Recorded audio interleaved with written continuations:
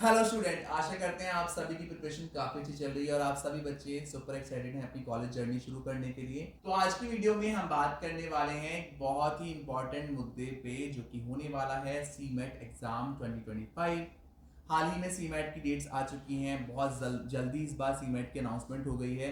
बहुत सारे बच्चे कैट रिजल्ट से खुश नहीं है, इसलिए हमने आज की वीडियो बनाई है और शबनूर बहुत सारे सवाल पूछने वाली हैं आज की वीडियो में। तो शुरू करते हैं उनके पहले सवाल के साथ। Sir thank you so much for inviting me. Welcome तो सर जैसे मैनेजमेंट प्रोग्राम जिन भी स्टूडेंट्स को करना होता है आफ्टर द बैचलर्स, तो वो कैट का एग्ज़ाम देते हैं। सबसे बेसिक होता है, सबको पता होता है। राइट, कैट तो एवरीबॉडी कैट, नोस। हाँ, लेकिन जिनका छूट जाता है या जिनको आइडिया नहीं होता, क्योंकि ऐसे भी स्टूडेंट्स होते हैं जिन्हें नहीं पता होता कि अगर मुझे एमबीए करना है तो मुझे कोई एग्ज़ाम भी देना पड़ेगा। राइट। तो सर अब जैसे आपने बताया आज सीमैट के बारे में मैं आपसे आज पूछने आई हूँ, तो आप मुझे सबसे पहले तो ये बताइए कि होता क्या है सीमैट। तो सीमेट एग्जाम भी कैट की तरह ही है। जैसे आपने कैट दिया है, कैट ऑलमोस्ट सारे ही जितने भी कॉलेजेस हैं, यूनिवर्सिटीज हैं, एक्सेप्ट करते हैं। सीमेट की अगर हम बात करें, सीमेट भी एक बहुत बड़ा एंट्रेंस है जो इंडिया में मास लेवल पे एक्सेप्ट किया जाता है। 1300 plus colleges in India you can target through CMAT. 1300 से ऊपर कॉलेजेस को आप टारगेट कर सकते हो इंडिया में सीमेट एग्जाम के थ्रू। सीमेट एग्जाम होता है कॉमन मैनेजमेंट एंट्रेंस टेस्ट, जहाँ पे आप प्रिपेयर करते हो इस एंट्रेंस के लिए और इस एंट्रेंस के थ्रू शबनूर आप एमबीए और पीजीडीएम कॉलेजेस को टारगेट कर सकते हो। तो कंपैरेटिवली ऐसे तो बहुत सारे और भी एंट्रेंस हैं, बट सीमेट कंपैरेटिवली थोड़ा इजी पड़ता है। अगर आपने कैट दे दिया है अभी, कैट के ऊपर ही, मतलब कैट के पैटर्न पे ही आप सीमेट भी इजीली प्रिपेयर कर सकते हो और आप अपनी जर्नी अनलॉक कर सकते हो लीडिंग बी स्कूल्स की। तो सर अब आप मुझे ये बताइए कि सीमैट का पैटर्न क्या रहने वाला है और इसके लिए मतलब कैसे प्रिपरेशन करें स्टूडेंट्स। ओके, तो अगर हम बात करें सीमेट एग्जाम की, आप सभी ने अगर कैट दिया है तो आपके लिए बहुत ज़्यादा डिफिकल्ट नहीं होने वाला है एग्जाम। ये टोटल जो एग्जाम है 5 पार्ट्स में डिवाइडेड है। पहला होने वाला है आपका quantitative techniques and data interpretation का। दूसरा होने वाला है आपका लॉजिकल रीजनिंग का। तीसरा होने वाला है आपका लैंग्वेज कॉम्प्रिहेंशन का। चौथा होने वाला है आपका जनरल अवेयरनेस का। और पांचवा पार्ट होने वाला है इनोवेशन एंड एंटरप्रेन्योरशिप का। तो ये 5 पार्ट में आपका पूरा ये डिवाइडेड है। हर पार्ट में आपके 20 क्वेश्चन आने वाले हैं, मतलब मोटा मोटा आपके 100 क्वेश्चन के करीब होने वाले हैं इस पर्टिकुलर पेपर में। और पर करेक्ट आंसर आपको 4 नंबर मिलने वाले हैं। 4 नंबर तो आपको मिल ही रहे हैं, साथ ही साथ हर नेगेटिव आंसर पे आपको -1 लगने वाला है। तो ये बात भी आपको ध्यान रखने वाली है। साथ ही साथ time management plays a very important role. जब हम एंट्रेंस की बात करते हैं तो 3 घंटे के आसपास का पेपर रहने वाला है। तो ये इस तरीके से पूरा पैटर्न आपको नजर आएगा इस प्रोग्राम में, इस पर्टिकुलर एंट्रेंस में। तो ठीक ठाक एंट्रेंस है और बहुत बच्चे बहुत अच्छा स्कोर करते हैं इस एंट्रेंस में। तो आपको पहले से पहले रेडी होना मेंटली बहुत ज़रूरी है इस एग्ज़ाम के लिए। तो सर जो भी स्टूडेंट्स सीमैट के लिए प्रिपेयर कर रहे हैं उनको क्या बातें ध्यान में रखनी चाहिए।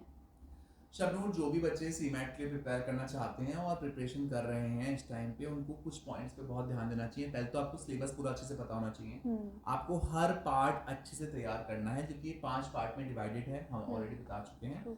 तो एक तो आपको सिलेबस पे पूरी बारीकी से आपको समझना चाहिए कि मुझे कैसे प्रिपेयर करना है। दूसरा, मॉक टेस्ट बहुत इंपॉर्टेंट रोल प्ले करते हैं। जितना ज़्यादा आप मॉक टेस्ट दोगे उतना ज़्यादा आप अपने आप को प्रिपेयर कर पाओगे उस स्ट्रेस के लिए, क्योंकि जब सामने पेपर्स आता है, क्वेश्चन आते हैं ना, तो बच्चे पजल हो जाते हैं। तो आपको अपने आप को शॉक से बचाना है, तो पहले से पहले आपको प्रिपेयर करना ज़रूरी है। तीसरा मैं कहूँगा कि टाइम मैनेजमेंट, जो कि मैंने पहले भी कहा। कैट में कई बच्चों ने गड़बड़ करी है टाइम को लेके। हम सही टाइम पे अपना क्वेश्चन अटेम्प्ट नहीं कर पाते, पेपर अटेम्प्ट नहीं कर पाते, जिसके चलते बहुत बच्चे पछताते हैं बाद में और फिर कहते हैं ना, आप पछताए क्या होता है जब चिड़िया चुग गई। तो ये आपके साथ नहीं होना चाहिए। आपको पहले से पहले टाइम मैनेजमेंट, और ये शुरू से सिखाया गया है कि समय की जिसने कदर की है, समय उसी कदर करता है ना। तो आपको टाइम मैनेजमेंट पे बहुत ध्यान देना है इस पर्टिकुलर एग्जाम में। चौथा, अगर आप सेल्फ स्टडी कर रहे हैं तो आप वही ऑथर्स, वही बुक्स आप लें जिसका मार्केट फीडबैक अच्छा है। आप ऑनलाइन सर्च कर सकते हैं, फीडबैक भरा हुआ है ऑनलाइन, बहुत सारे पोर्टल्स हैं जहाँ पे आपको फीडबैक मिल जाएगा। जो किताब आपको इजीली समझ में आए, जरूरी नहीं है कि आपका फ्रेंड जो पढ़ रहा है वही आप पढ़ें, जो आपको समझ में आए, जहाँ पे आप तैयार कर पाओ, आप इजीली उस किताब के थ्रू अपनी प्रिपरेशन करना शुरू कर सकते हैं। वही ऑनलाइन कंटेंट आप पढ़ सकते हैं जो आपको समझ में आए।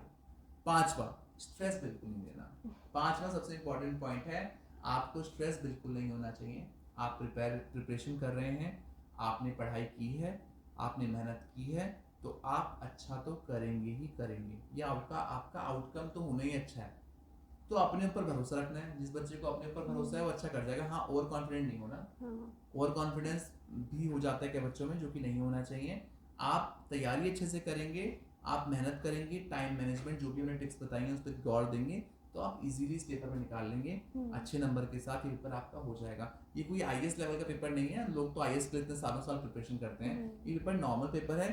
थोड़ा सा आप अपना बेसिक चीज़ों पे ध्यान देंगे, पढ़ाई ठीक से करेंगे, तो ये पेपर में स्कोर करना बहुत बड़ी बात नहीं है। शबनम सर, आपने काफ़ी सारी इन्फॉर्मेटिव बातें बता दी हैं सीमैट से रिलेटेड। तो आप जो भी बच्चे मतलब प्रिपेयर कर रहे हैं सीमैट के लिए, तो आप उनको एडवाइस क्या देना चाहोगे सर? जो भी हमारे दर्शक हमें देख रहे हैं और प्रिपेयर कर रहे हैं सीमैट के लिए, आप या फिर आपके बच्चे प्रिपेयर कर रहे हैं, कई सारे अभिभावक भी हमें देखते हैं, कई सारे पेरेंट भी हमें देखते हैं, तो मैं बोलना चाहूँगा पहली बात तो कोई भी एग्ज़ाम अगर आपको अच्छे से देना है, रिजल्ट आप अच्छा एक्सपेक्ट कर रहे हैं, तो आपका ना पॉजिटिव रहना बहुत ज़रूरी है ना। कैट आ जाएगा रिजल्ट, कई बच्चों का अच्छा नंबर आ चुके हैं, आप उनको देख के मोटिवेटेड कम होते हैं, डिमोटिवेट ज़्यादा होते हैं आजकल के बच्चे कि मेरे फलाने फ्रेंड के 90% आ गए, यार मेरा क्या होगा।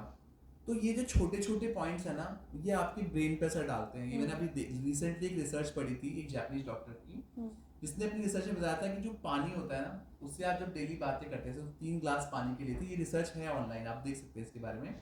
तो उसने 3 ग्लास में शबनूर पानी में राइस डाले, और वो 3 ग्लास से डेली बात करता था। एक को बहुत अच्छा बोलता था, एक को थोड़ा कम अच्छा बोलता था, और एक को बहुत बुरा बोलता था। तो जो अच्छा बोलता था जिससे, वो तो फर्मेंट हो गए, उस ग्लास में कोई दिक्कत नहीं थी। और ये प्रॉपर रिसर्च है।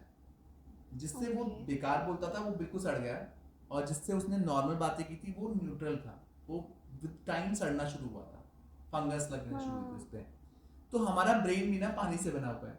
जैसे ही हम बातें सुनते हैं, जैसे ही हम बातें सोचते हैं, उसका बहुत बड़ा इम्पैक्ट पड़ता है आपकी जर्नी के ऊपर। चाहे वो आप लाइफ में किसी पॉइंट पे आप इस चीज़ को, एक्सपेरिमेंट को अपने ऊपर करके देख सकते हैं। जितना आप मोटिवेटेड रहेंगे, जितना अच्छे से आप अपने ऊपर काम करेंगे, तो कोई भी एंट्रेंस आपके लिए क्लियर करना इतना मुश्किल नहीं रहेगा। आपके पास हर वो सोर्सेज हैं जो मेरे पास नहीं थे मेरे टाइम में। हमारे टाइम पे इंटरनेट नहीं था इतना। आज की डेट में हर चीज़ आपको ऑनलाइन मिल जाती है, हर चीज़ आपके लिए ऑनलाइन है। अगर आपके घर में पैसा भी नहीं है तो आपके पास इंटरनेट तो सुविधा ही है, कई जगह आपको फ्री इंटरनेट मिल जाता है। तो आपके पास हर वो माध्यम है जिससे आप अपने आप को इस एंट्रेंस के लिए प्रिपेयर कर सकते हैं। तो कोई बहाना नहीं लगेगा। इस एंट्रेंस के बाद आपके पास शायद से वो मौका ना रहे जिससे आप बड़ा कॉलेज दे पाएं, तो इसे बहुत सीरियसली लें, बहुत अच्छे से लें, और पूरी मेहनत से इस एंट्रेंस के पीछे लग जाएं, ताकि आपको आने वाले टाइम में रिग्रेट ना हो। क्योंकि जब समय निकल जाता है ना, तब बहुत बच्चे रिग्रेट करते हैं कि यार मैंने उस टाइम पे प्रिपरेशन कर ली होती, या ठीक से अटेम्प्ट कर लिया होता, तो शायद से मैं अच्छे गया होता। तो एक अच्छे माइंडसेट के साथ, गुरु मंत्र यही रहने वाला है, एक पॉजिटिव माइंडसेट के साथ आगे बढ़ें, प्रिपरेशन करें। 5 पार्ट का ही क्वेश्चन आपके होने वाले हैं, 5 पार्ट ही हैं, 20-20 क्वेश्चन ईच पार्ट है, कोई बहुत बड़ी चीज़ नहीं है। आप इजीली कर सकते हैं। कोचिंग ले सकते हैं तो वेल एंड गुड है, कोचिंग ले सकते हैं तो आप अफोर्ड कर सकते हैं तो वो लीजिए, नहीं भी ले सकते हैं तो इतना रीडिंग मटेरियल ऑनलाइन पड़ा हुआ है जिसका आप इस्तेमाल कर सकते हैं, और जिसके थ्रू आप अपनी जर्नी कंप्लीट कर सकते हैं। तो आज की वीडियो में मैंने और शबनूर ने बहुत सारे क्वेश्चंस पुट अप किए सीमेट एग्जाम के ऊपर। शबनूर ने क्वेश्चन पूछे और मैंने आंसर दिए, और आज की वीडियो के माध्यम से हम आप तक आंसर पहुंचा पाए हैं। फिर भी अगर कोई डाउट अभी भी ऐसा है जो रह गया है, जो आपके मन में बसा हुआ है, जो आपसे हमसे पूछना चाहते हैं, तो निसंकोच स्क्रीन पे दिए गए नंबर पे हमसे कांटेक्ट कीजिए, ताकि हम आप तक उस सारे डाउट्स के जवाब पहुंचा पाएं। आशा करते हैं 2025 आपके लिए बहुत ही शानदार रहेगा, और एक बेहतरीन कॉलेज का विकल्प आप सभी बच्चे चुनने में सफल रहेंगे। अगर आज की वीडियो आपको ठीक ठाक लगी हो तो कमेंट सेक्शन में ज़रूर हमें कमेंट करके बताइएगा कि कौन सी अगली वीडियो आप हमसे चाहते हैं, ताकि हम उस पर काम कर पाएं। आशा करते हैं आप सभी की जर्नी काफ़ी धमाकेदार रहने वाली है, और आप अपने पसंदीदा कॉलेज तक पहुंचने में सफल रहने वाले हैं। Thank you so much for watching us. Best of luck.